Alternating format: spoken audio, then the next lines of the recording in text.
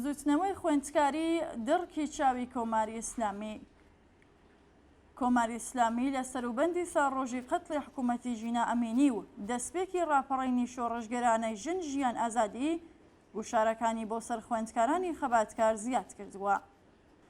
بە گوێرەوە هەواڵانەی ڕۆژی 21 گەلاوێژ بڵاوکراوەتەوە بەرپرسانی بەشی ناوخۆیی زانکۆی بۆ عەلی هەمەدان بە بیانووی ڕەشاونەکردنی جلوبەرگی ئەجباری و جگەرەکێشان 200 خوێندکاری کچیان لە چوون بۆ بەشە ناوخۆیەکان بێبەش کردووە. جگە لەوەش شۆڕا سنفیەکانی خوێندکارانی وڵات باسییان لە بانکێشکردنی لانی کەم 12 خوێندکاری زانکۆی تەربیەت مدەڕس بۆ وەزارەتی ئیطلاعات کرد. کەناڵی تەلەگرامی خوێندکارانی یەکگرتووش ڕۆژی سێشەممە 17 گەلاوێژ ڕاگەیاندکە دادگایەک لە تاران هەستی ئەمیری و زیا نەبەوی هەڵسوڕاوانی خوێندکاری زانکۆی عەلامەی بە بیانووی ناڕزایەتی لە دژی ژەهراویکردنی خوێندکارانی کەش هەر کامەیان بە 1 ساڵ زیندان و چەند سزایەکی تر مەحکوم کردووە.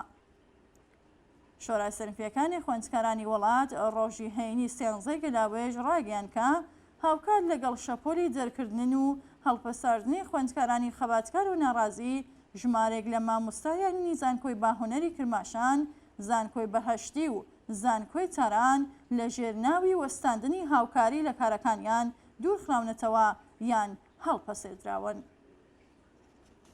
لە زۆرێک لە زانکۆکانی دیکە ئێرانیش ئەو مامۆستایانێکە پشتیوانیان لە ناڕزایەتیەکان یان خوێندکارانی ناڕازی کردووە بە مەبەستی دوورخستنەوەیان لە زانکۆ کەوتونەتە ژێر زەخت و گوشارێکی زۆرەوە.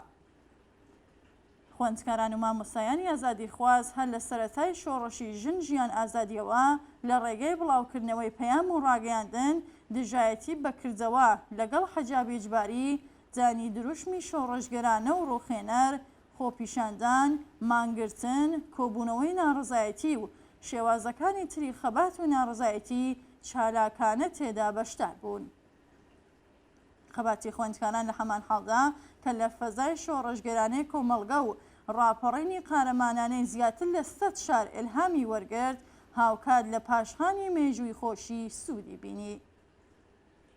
بە درێژایی سەردەمی دەسەڵاتەکانی هەردوو ڕژیمی پاشایەتی و ئیسلامی جگە لە ماوەیەکی کورت کە ڕەفۆرمخوازانی حکوومەتی هەژمونیان لە کۆمەڵگەدا هەبووە، خوێندکارانی چەپ و سۆسیالیست بەردەوام هێزی بزوێنەری ناڕزایەتیەکان و خەباتی شۆڕژگەرانی خوێندکاری و ڕەنگدانەوەی ویست و داخوازی خەباتکارانە و ڕادیکاڵی ناو کۆمەڵگا بوون. زۆرێک لە هەڵسوڕاوان و ڕێبەرانی حەزب و ڕێکخراوە سیاسی خەباتکار، ڕادیکاڵ و کۆمۆنیستەکان دەرچووی زانکۆکان و سەردەمانێک بەشێک بوون لە بزوتنەوەی خوێندکاری. خۆڕاگرترین و سەربەرزترین زیندانیانی سیاسی لە ڕژیمەکانی سەڵتەنەتی و ئیسلامیدا لە نێو خوێندکارانەوە سەریان هەڵداوە. بێهۆنیە کە هەموو دیکتاتۆرەکان لە بزوتنەوەی شۆڕژگەرانی خوێندکاری دەترسن و بە هەر ئامراز و ئیمکاناتێکی سەرکۆت لە پۆلیس و زیندان و ئەشکەنجەوە بگرە تا مەلا و بانگەوازی ئاینی و فتوای دینی یەکسەر پەنادەبەنە بەر سەرکوتکردن و خامۆشکردنی دەنگی مافخوازانی مانگرتن و ناڕزایەتی سەرتاسەریەکانی خوێندکاران. ترسی ڕێبەرانی کۆماری ئیسلامی لە بزوتنەوەی چەپی خوێندکاری خاوەن مەیلە بەهێزەکانی دژە خورافات، دژە دیکتاتۆریەت و دژە سەرمایەداری ڕەگ و ڕیشەی مێژووی هەیە. ئاخووندەکان و بەتایبەت خومەینی زۆر باش دەزانی کە گەشەسەندنی ڕەوتی چەپ و کۆمۆنیستی لە زانکۆکان بەرەو ئەوە دەچێت کە کۆتایی بە چەندین سەدا بڵاوکردنەوەی خوڕافات، تەبلیغاتی کۆنەپەرستانە و دزی و گەندەڵی ئەوان بێنێت. هەر بۆیە دوای گەیشتن بە دەسەڵات لە 44 ساڵی ڕابردوودا بە خەرجکردنی هەزینەیەکی زۆر و کاڵگوەرگرتن لە ئەشکەنجەگەران و جنایەتکاران و بیری کۆنەپەرستی زۆرترین هەوڵ و ڕێشوێنی تەبلیغاتی کۆنەپەرستانی خۆیان لە دژی خوێندکاران و مامۆستایانی چەپ و پێشکەوتن خواز بەکردەوە دەرهێناوە. ئەوان بەم شێوەیە گورزی قورسیان لە کۆمەڵگە و خوێندکاران داوە، بەڵام سەرجەم کاریگەری کردەوە دژە ئینسانیەکانیەوان بەتایبەت لە بەفرانباری 96 و ئابانی 98 و دواتریش لە ڕێگەی شۆڕشی ژیناوە ڕۆژ بە ڕۆژ کەمتر بۆتەوە. ئێستایی تر بەرپرسانی داماوی ڕژیم جگە لە سەرکوتکردن هیچ ئامرازێکی تریان بۆ بە خەیاڵی خاوی خۆیان پێشکردن لە دەور و نەخشی بەرچاو و کاریگەری بزوتنەوەی خوێندکاری بەدەستەوە نەماوە. بەڵام هەموو بەڵگەکان ئەوە دەسەرمێنن کە ڕژیمی کۆماری ئیسلامی لەم بوارەشدا شکست دەهێنێت، چونکە بزوتنەوەی خوێندکاری لە ساڵی 1970 بەملاوە وردە پێگەی شایستەی پێشووی خۆی لە بزوتنەوەی چەپدا بەدەستهێناوەتەوە.